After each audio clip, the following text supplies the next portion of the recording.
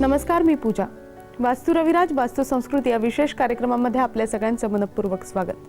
आज आपण भारतातील सर्वात मोठ्या वास्तुशास्त्र प्रशिक्षण आणि मार्गदर्शक संस्थेचे संस्थापक डॉक्टर रविराज अहिरराव यांच्याकडून वास्तुशास्त्राविषयीचं मार्गदर्शन जाणून घेणार आहोत. सर, सगळ्यात आधी या कार्यक्रमामध्ये आपलं मनपूर्वक स्वागत. नमस्कार. नमस्कार. साम टीव्हीच्या प्रेक्षकांना माझ्या शुभेच्छा.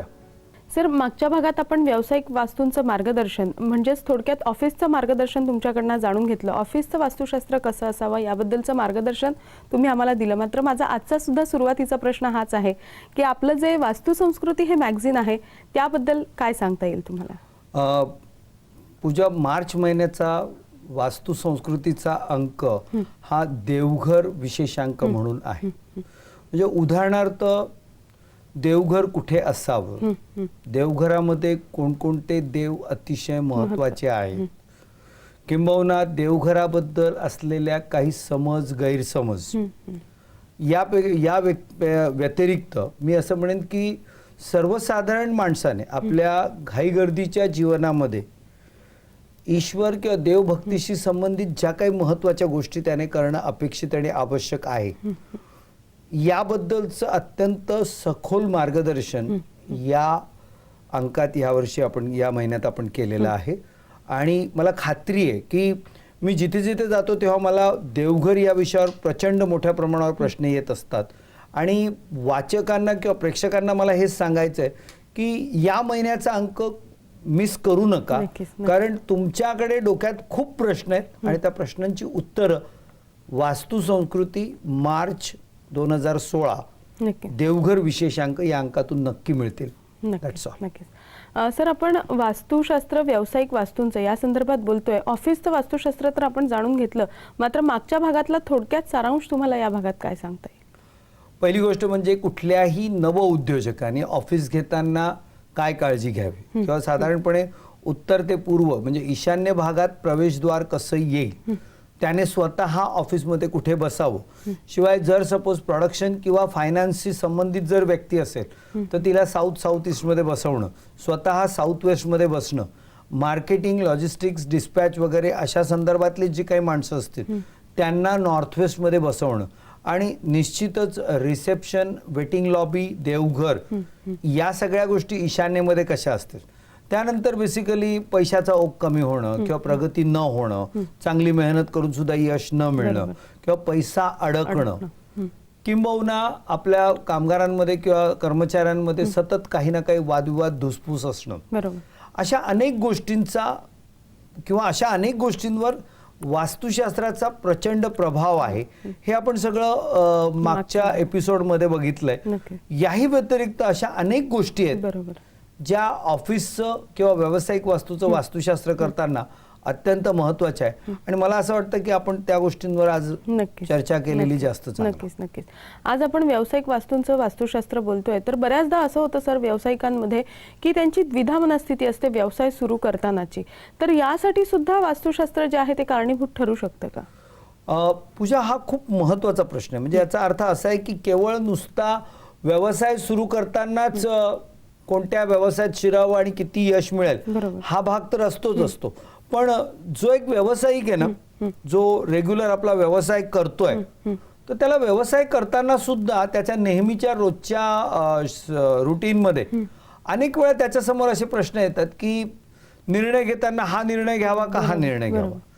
ही जी द्विधा मनस्थिती आहे ही मोठ्या प्रमाणावर प्रत्येक व्यावसायिकामध्ये रोज येणं स्वाभाविक आहे. पण या गोष्टीला सुद्धा बेसिकली वास्तुशास्त्राची एक वेगळं असं अंग याला आहे, हे मी प्रकर्षाने सांगेन. खास करून जेव्हा त्या व्यवसायाचा जो प्रमुख आहे त्याची बसण्याची जागा जर वायव्य दिशेत असेल, वायव्य नॉर्थ वेस्ट म्हणजे वायुतत्व, आणि वारा हा चंचल आहे, त्यामुळे तिथे बसणारी व्यक्ती ही सुद्धा त्याच्या स्वभावामध्ये चंचलपणा येतो, धरसोड प्रवृत्ती येते, किंबहुना असे द्विधा मनस्थिती निर्माण करणारी सिच्युएशन त्याच्याकडे नेहमी येत असते. आणि म्हणून मी इथे प्रकर्षाने सांगेल की द्विधा मनस्थिती हे जर व्यावसायिकाचं एक लक्षण असेल तर त्याने प्रथमतः आपल्या बसण्याची जागा चेक करावी, किंबहुना वायव्य दिशेमध्ये काही वास्तुदोष आहे का ज्याच्यामुळे अशांती किंवा अशी परिस्थिती निर्माण होणं हे निश्चित शक्य असतं. नक्की. त्यामुळे द्विधा मनस्थिती आणि वायव्य दिशा यांचा घनिष्ठ संबंध आहे. जागा बदलता येत असेल तर त्याने त्वरित बदलावी, नसेल तर मग उपाययोजनांच्या माध्यमातून कसं त्याला पॉझिटिव्ह करायचं हा प्रश्न नक्कीच. नक्कीच सर, व्यवसायामध्ये व्यवसाय वृद्धिंगत तर आपण बघत असतो, मात्र बऱ्याचदा असं होतं की स्टाफ मधला वादविवाद हे तर आपण मागच्या भागामध्ये जाणून घेतलं, मात्र स्टाफ काही वेळा टिकत नाही, ते सोडून जात असतात वारंवार, आपले ऑफिसेस असेल किंवा कुठलाही व्यवसाय असेल, तर यासाठी वास्तुशास्त्र कसं काय उपयोगी ठरू शकतं? पूजा, कसं आहे की आजचा जो माणूस आहे ना, म्हणजे मी या गोष्टीला दोन वेगवेगळ्या अँगलमधून तपासतो. एक वास्तुतज्ञ म्हणून सगळ्याच गोष्टी मी वास्तुशास्त्राच्या कसोटीवरच घासून पाहिल्या पाहिजे किंवा त्या ओढून तळून तिथे आणल्या पाहिजे असं नाही. बरोबर. तर आजचा जो प्रत्येक माणूस आहे हा हायली ॲम्बिशियस आहे आणि त्याला प्रगती खूप फास्ट करायची त्याची एक ॲटिट्यूड झालेली, ती त्याला सवय लागलेली. तर त्यामुळे सातत्याने जॉब बदलत राहणं हा प्रकार, ॲट्रिशन ज्याला म्हणतात, हा प्रकार प्रत्येक इंडस्ट्रीला आहे. पण मी जेव्हा जेव्हा एखाद्या कारखान्याचं, ऑफिसचं किंवा कुठल्याही व्यावसायिक वास्तूचं जेव्हा परीक्षण करतो तेव्हा प्रत्येक व्यावसायिक मला हा प्रश्न नक्की विचारतो.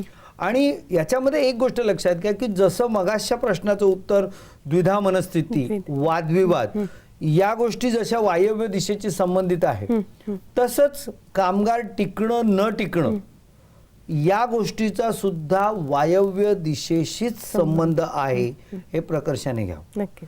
पहिली गोष्ट, एक तर कदाचित बऱ्याच वेळा असं होतं की ज्या ज्या लोकांना तुम्ही वायव्य दिशेत बसवता त्या वायव्य दिशेचा एक परिणाम त्यांच्यावर होतो आणि ती तिथून अस्थिर होणं किंवा बाहेर जाणं, निघून जाणं हा प्रकार घडत असतो.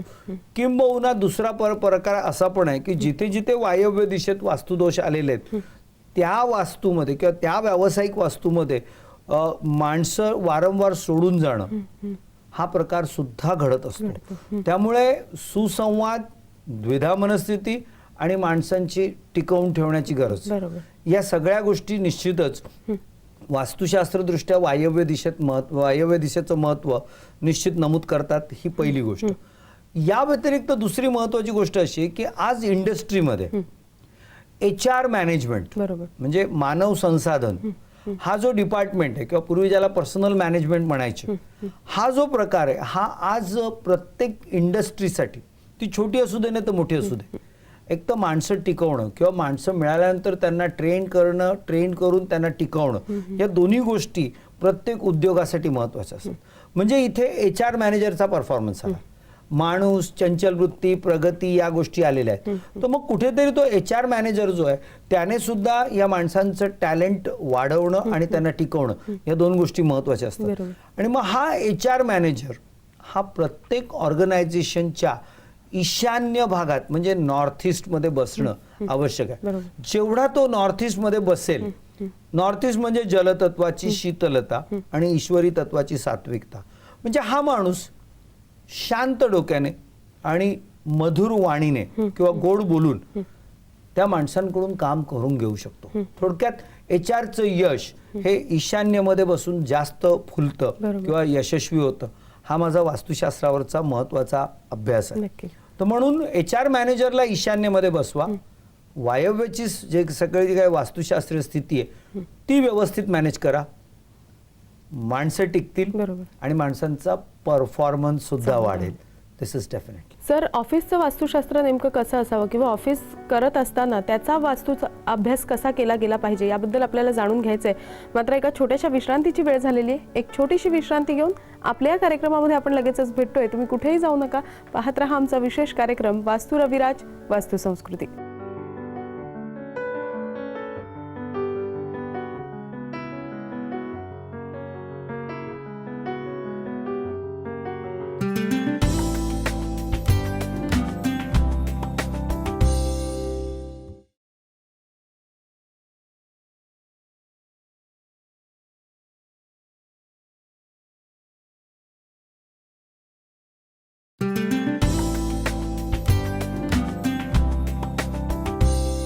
वास्तू रविराज वास्तू संस्कृती या विशेष कार्यक्रमामध्ये आपल्या सगळ्यांचं पुन्हा एकदा स्वागत. सर, ब्रेकवर जाण्यापूर्वी जसं मी तुम्हाला म्हटलं की कुठलंही ऑफिस बनवताना किंवा ऑफिस तयार झाल्यानंतर त्याचं वास्तुशास्त्र जे आहे किंवा वास्तुशास्त्र परीक्षण करून घेणं जे आहे ते सुद्धा तितकंच महत्त्वाचं असतं. तर त्याबद्दल तुम्ही काय सांगाल? पूजा, अतिशय म्हणजे एक बेसिक गाईडलाईन आपल्याला लोकांना देता येईल या अनुषंगाने हा प्रश्न नक्कीच चांगला आहे.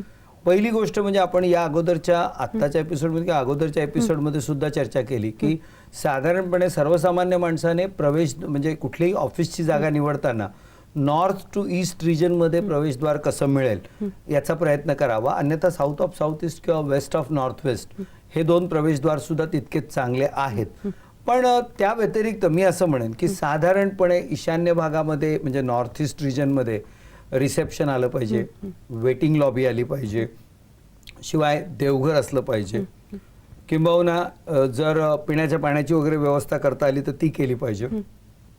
या व्यतिरिक्त जर ऑफिस खूप मोठं असेल आकाराने तर नॉर्थमध्ये अकाउंट, नॉर्थ ईस्टमध्ये HR आणि ईस्टमध्ये ॲडमिनिस्ट्रेशन या विभागांची रचना केली पाहिजे.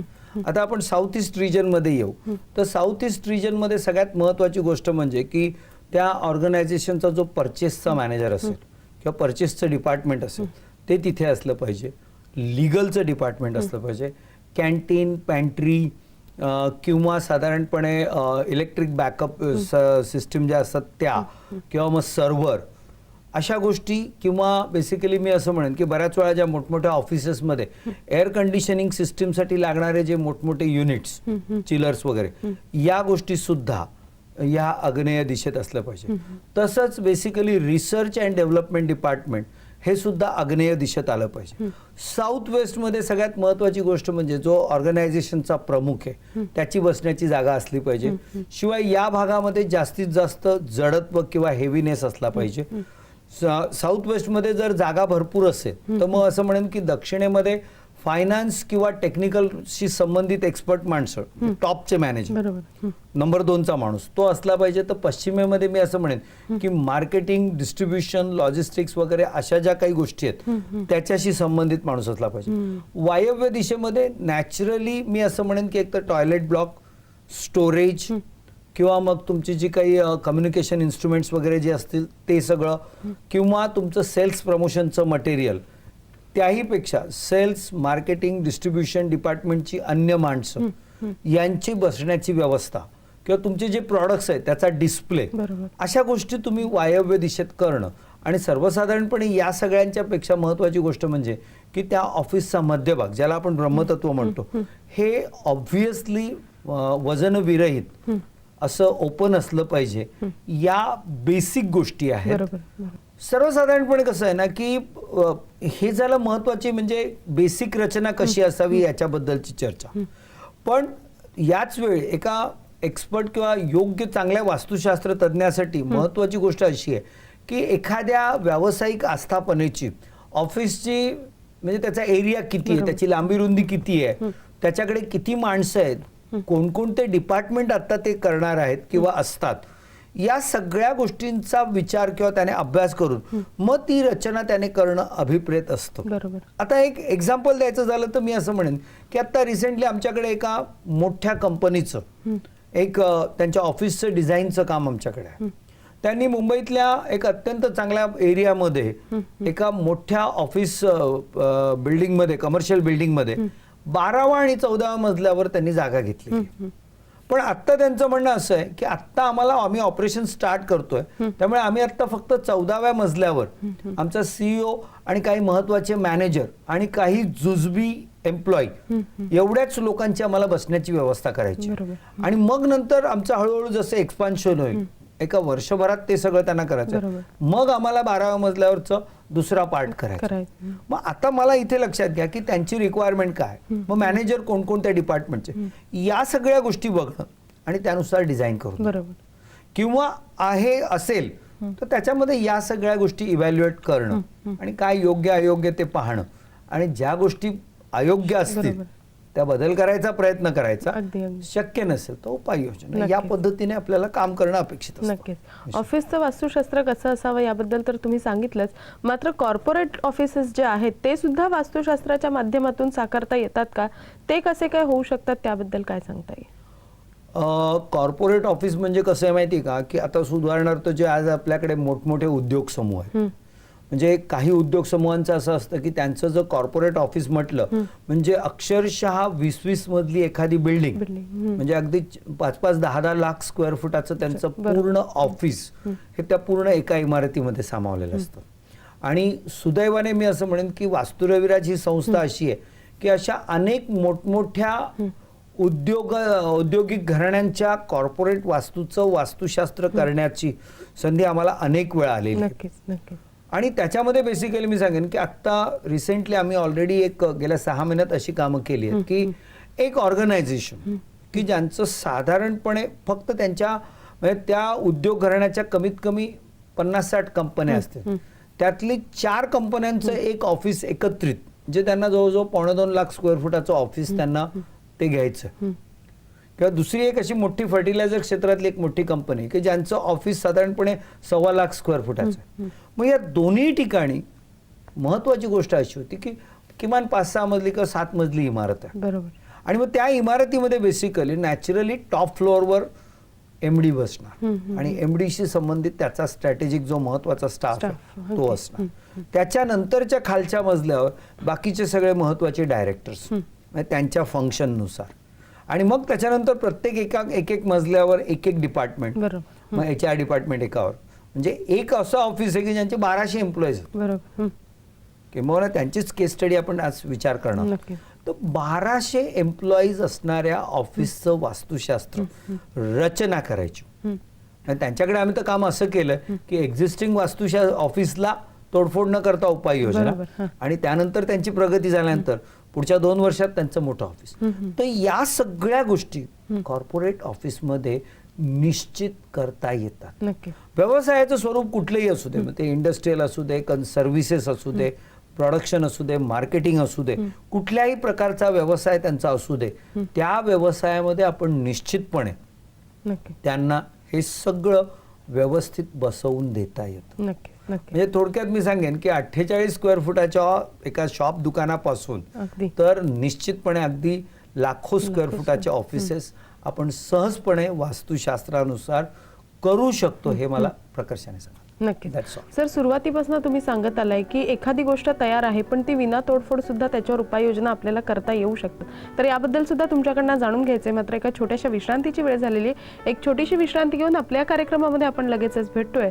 तुम्ही कुठेही जाऊ नका, पाहत रहा आमचा विशेष कार्यक्रम वास्तुरविराज वास्तु संस्कृती.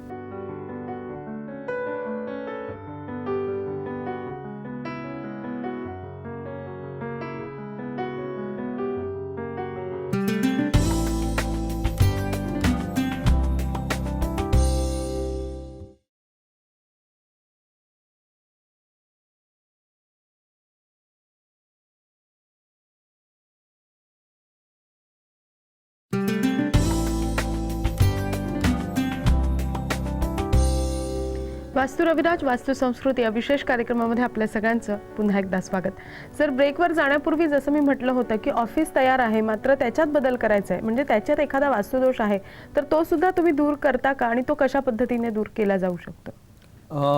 पूजा, एक तर पहिली गोष्ट, वास्तू किंवा ऑफिस कितीही छोटं असू दे किंवा कितीही भलं मोठं असू दे, त्याच्यामध्ये एक तर पहिली गोष्ट, नवीन घेतलं तर रचना आपण वास्तुशास्त्रानुसार करून देऊ शकतो.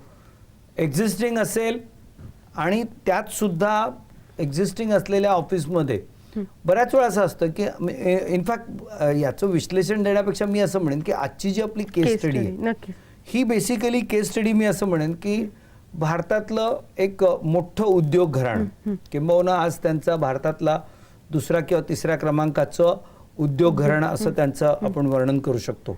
आणि मला अभिमानाने सांगावं असं वाटतं की या उद्योग घराण्याच्या 60% कंपन्या किंवा 70% कंपन्यांचं वास्तुशास्त्राचं काम आम्हीच बघतो. तर त्यांची एक डिव्हिजन आहे की ज्याच्यामध्ये बेसिकली त्यांचे रिटेल आउटलेट्स, जसे आपल्याकडे आज मोठमोठे जे आपण रिटेल आउटलेट्स मॉलमध्ये जातो, तर असे किराणा किंवा आपल्याला ज्या रोजच्या लागणाऱ्या वस्तूंचे जे रिटेल मॉल जे मॉलमधले जे रिटेल युनिट असतात दुकान, अशी त्यांची चेन ऑफ शॉप्स आहेत.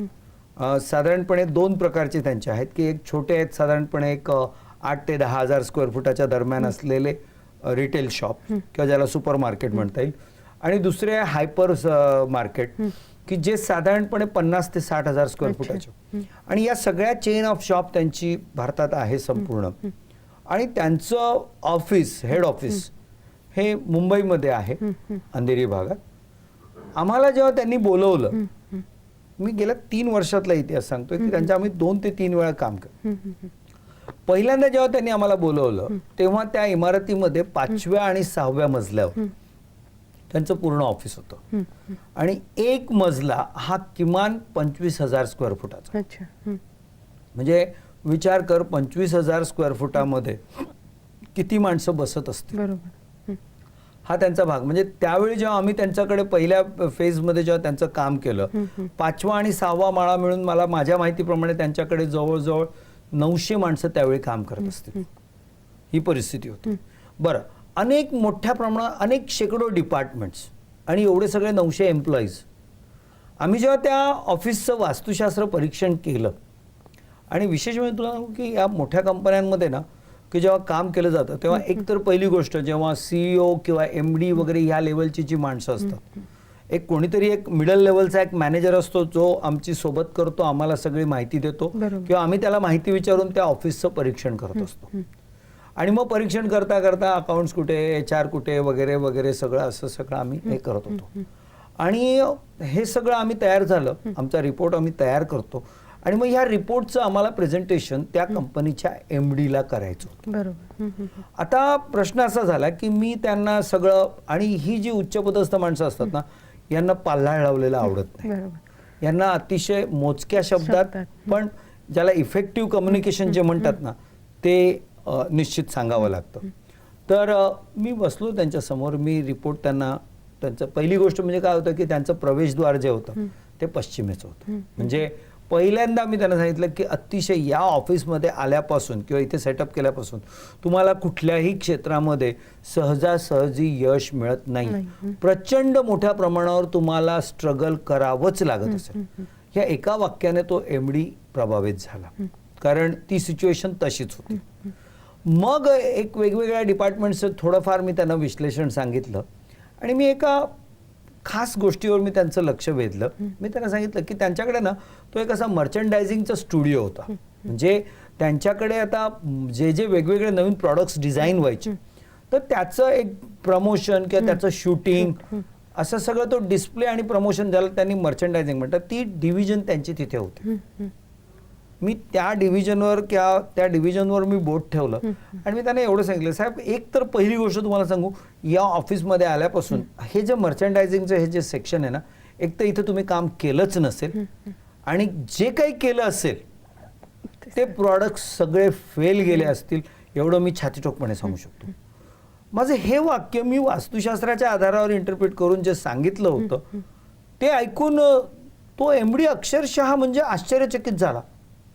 तो म्हणाला, ही गोष्ट हा, म्हणजे त्यांनी मला विचारलं, हे तुम्ही कसं सांगू शकता की इथे पहिली गोष्ट एक आहे की आम्ही तिथे एक तर काम करतच नाहीये, आणि जे काही प्रोडक्ट आम्ही तिथे लॉन्च करायचा प्रयत्न केला तिथून ते सगळे फेल गेलेत, तुम्हाला हे कसं कळलं? तर त्यांना मी म्हटलं, काय माहिती आहे का, की म्हटले ते साऊथ वेस्ट म्हणजे नैऋत्य दिशेत आहे, आणि नैऋत्य दिशेमध्ये म्हटलं ना साहेब, तुम्ही डिस्प्ले किंवा प्रमोशनच्या गोष्टी मुळीच करायच्या नसतात, किंवा तुम्ही तिथे जे काही कराल ते म्हटलं एखाद्या चिकट गम सारखं चिटकून बसेल, ते वर येणारच नाही. ते त्यांना पटलं, आणि त्यांनी मला एका झटक्यात सांगितलं की आज 50,000 स्क्वेअर फुटापेक्षा जास्त एरियाचं त्या ऑफिसचं जे काही आम्ही त्यांना उपाययोजना रेमेडीसाठी जे प्रपोजल त्यांना दिलं होतं, त्यांनी काहीही विचार न करता, कारण काही गोष्टीच त्यांना मोजक्या सांगून ज्या तंतोतंत सगळ्या त्यांच्या कामकाजाशी जुळत होत्या, त्यांनी स्पष्ट सांगितलं, जे काय असतील त्या रेमेडीज करून टाका, आम्हाला बदल करणं शक्य नाही. झालं. आता हे सगळं झालं. एक साधारणपणे 1.5-2 वर्षामध्ये त्यांचा मग प्रगतीचा आलेख प्रचंड वेगाने पुढे जायला लागला, आता त्यांना नवीन जागेची गरज होती. सुदैवाने त्यांना 7व्या मजल्यावर सेम अशीच जवळजवळ एक 25,000 ते 27,000 स्क्वेअर फुटाची एक आणखीन प्लेट तिथे त्यांना मिळाली. आता या ऑफिसचं बेसिकली त्यांनी सांगितलं आम्हाला हे सगळं प्लॅनिंग करायचं आहे, तुम्ही काय करायचं असेल ते सगळं व्यवस्थित. त्यांनी मुंबईतली एक निष्णात मोठी चांगली नामांकित अशी इंटेरियर डिझाईन फर्म अपॉइंट केली. त्या फर्मनी आमच्याबरोबर बसून सगळे कोणकोणते तिथे त्यांना कोणकोणते डिपार्टमेंट पाहिजे होते, किती माणसं, एक जवळजवळ आणखीन 300 नवीन माणसं रिक्रूट होणार होती, हे सगळे डिपार्टमेंट्स कुठे कसे बसवायचे हे सगळं त्यांनी आमच्याकडून इनपुट्स घेतले. आणि त्या आर्किटेक्टने एक प्रेझेंटेशनसाठी एक मीटिंग ठेवली. मीटिंग सुरू झाली, त्यांनी पॉवर पॉईंट प्रेझेंटेशन सुरू केलं. ये डिपार्टमेंट ऐसा होना चाहिए, this is what this blah blah blah, हे सगळं सुरू झालं. ह्या एमडींनी सुरुवातीचे फक्त 3 वाक्य ऐकली आणि मग त्या आर्किटेक्टला थांबवलं. नामांकित चांगला मोठा आर्किटेक्ट. त्याने सांगितलं बॉस एक बात करो, ये सारी बातें जो है ना वो मुझे मत बताओ, सिंपली ये डॉक्टर रविराज बैठे हैं ना, इनको ये सारा बताओ. If he is satisfied I am satisfied. म्हणजे विचार कर, आज एका प्रचंड मोठ्या उद्योग समूहाचा एमडी इतक्या प्रकर्षाने जेव्हा तुमच्यावर विश्वास ठेवतो, मग त्याचे तिथे एक गोष्ट प्रकार विश्वास का ठेवतो की आपण चांगल्या उच्च दर्जाचं काम केलं आणि हे काम केल्यामुळे त्यांचा आपल्यावर विश्वास. शिवाय आपण त्यांना रिझल्ट दिले आणि रिझल्टमुळे म्हणजे शेवटी चमत्काराला नमस्कार असतो, तुमच्या नॉलेजला कामाला महत्व असतं. सो या सगळ्या गोष्टी त्यांना सांगितल्या. आज 7वा मजला त्यांचा झाला, तिथे त्यांना प्रचंड यश मिळालं. कंपनी प्रचंड वेगाने वाढते. आता त्यांच्यासाठी आम्ही काम करतोय की त्यांनी आता म्हणजे जवळजवळ त्यांचे 20-22 नवीन ऑफिससाठी जागा बघितल्या आणि आत्ता आम्ही त्यांच्यासाठी एक 9 मजली इमारतीचं पूर्ण सिलेक्शन केलंय आणि त्यांचं पूर्ण 9व्या मजल्यावर एमडी बसेल, तर तिथून तर खालच्या रिसेप्शन पर्यंत सगळे डिपार्टमेंट म्हणजे एक फ्लोअर नुसता कॅन्टीनसाठी दिलाय. 1200 माणसं काम करतायत, त्यांना कॅन्टीन किंवा मग यांच्या सगळ्या एंटरटेनमेंट किंवा रिक्रिएशन ऍक्टिव्हिटीज, रिसर्च किंवा त्यांचे अनेक मीटिंग रूम्स, कॉन्फरन्स रूम्स वगैरे वगैरे या सगळ्या गोष्टी, जवळजवळ 2.25 लाख स्क्वेअर फुटाचं ते ऑफिस 9 मजली, या सगळ्या गोष्टी आम्ही त्यांना बसवून दिल्या. नो डाऊट हे काम प्रचंड प्रदीर्घ आहे, पण ही जी केस स्टडी आहे, तुझा प्रश्न जो आहे की प्रचंड मोठी ऑफिस, मग इथे काय झालं, दोन्ही गोष्टी झाल्या. एक्झिस्टिंग ऑफिस विना तोडफोड, उपाययोजना सक्सेस, एक्सपान्शन प्लॅनिंग नवीन आणि पूर्ण नवीन ऑफिस. सो या सगळ्या गोष्टी किंवा या केस स्टडीवरून ऑफिस छोटं असू दे नाही तर किती मोठं असू दे, यश नक्की मिळतं. फक्त गरज आहे तो वास्तुतज्ञ जो आहे ना, तो काम करणारा, त्याच्याकडे या सगळ्या विषयाचा अभ्यास आणि व्यवस्थित मांडण्याची कला हे असलं. नक्कीच नक्कीच सर, अशाच केस स्टडी बद्दल तर तुम्ही आम्हाला सांगितलं, मात्र बऱ्याच जणांनी मार्गदर्शन सुद्धा वास्तुविषयीचं जाणून घेतलंय तुमच्याकडनं, ते सुद्धा आम्हाला जाणून घ्यायचंय. मात्र एका छोट्याशा विश्रांतीची वेळ झालेली आहे. एक छोटीशी विश्रांती घेऊन आपल्या कार्यक्रमामध्ये लगेचच भेटतोय. तुम्ही कुठेही जाऊ नका, पाहत रहा आमचा विशेष कार्यक्रम वास्तुरविराज वास्तू संस्कृती.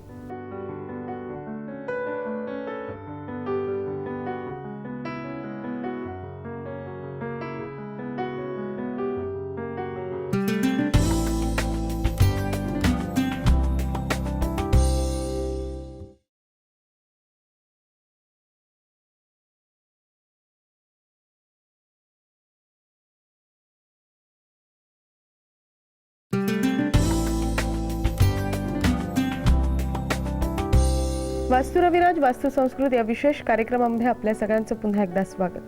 सर, ब्रेकवर जाण्यापूर्वी जसं मी म्हटलं होतं, आतापर्यंत बऱ्याच जणांनी तुमच्याकडनं मार्गदर्शन सुद्धा जाणून घेतलेलं आहे.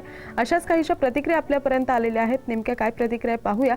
ममता वार्षिनेय, विमल तोष्णीवाल आणि विजय शहा यांच्या प्रतिक्रिया आपल्यापर्यंत आलेल्या आहे. नेमकं त्यांचं काय म्हणणं आहे पाहूया.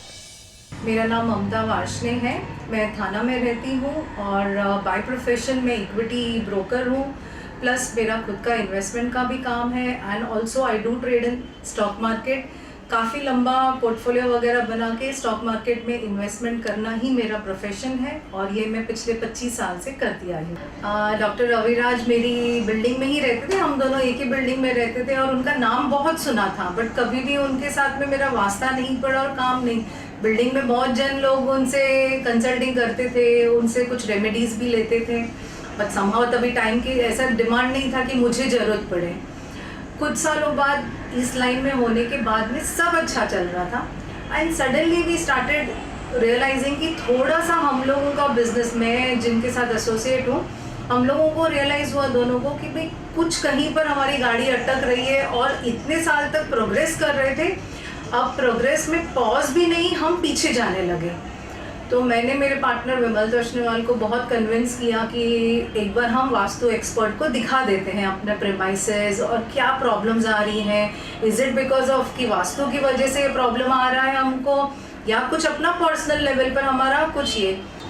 फिर मैंने अपने पार्टनर को विमल तोष्णेवाल को बोला कि आप एक बार डॉक्टर रविराज को कैसे भी अपॉइंटमेंट लेके एक बार मिल लेते हैं, उनको अपना ऑफिस दिखाते हैं कि ये कहीं कुछ वास्तु का गड़बड़ है क्या।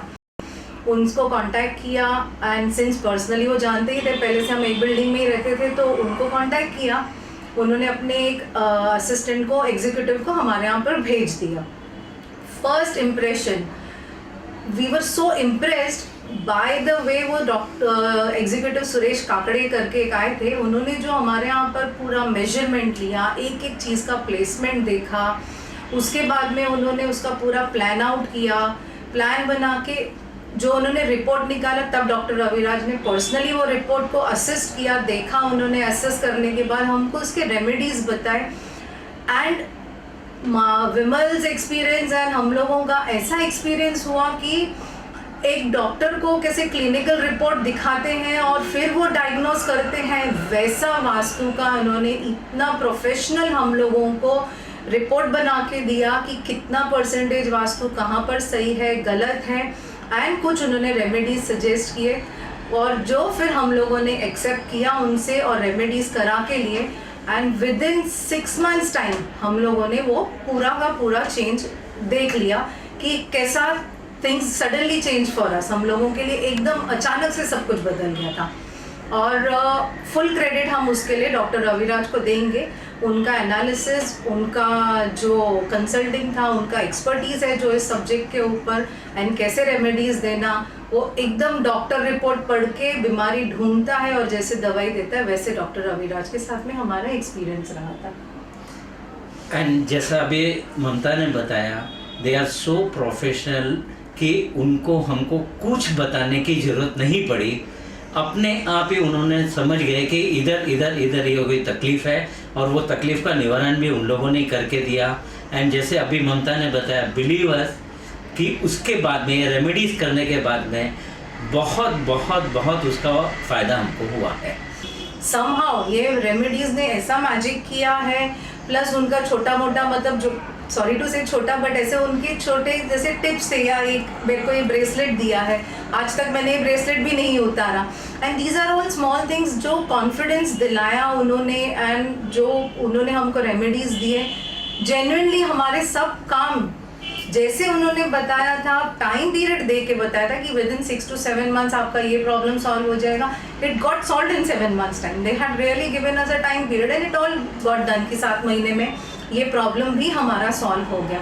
तो वास्तु वॉज इतना इम्पॉर्टेंट नहीं है ऐसा जो हम सोच के चलते थे, वास्तु बहुत इम्पॉर्टेंट है और वास्तु का सही गाइड देने वाले ऐसे एक्सपर्ट्स अगर हमको मिल जाए तो वास्तु बहुत अच्छे से हम लोगों को फलता है और अपने को बहुत लाइफ में काम आता है। हम जो हार चुके थे वापस हम we are back to business. सिर्फ मेजर क्रेडिट तो हम वास्तु डॉक्टर रविराज को ही देंगे। मेरा नाम विजय शाह है and I am owner of Rahi enterprises. Rahi enterprises basically we are government approved valuers. We do property valuations, we do technical feasibility studies, and we do viability studies.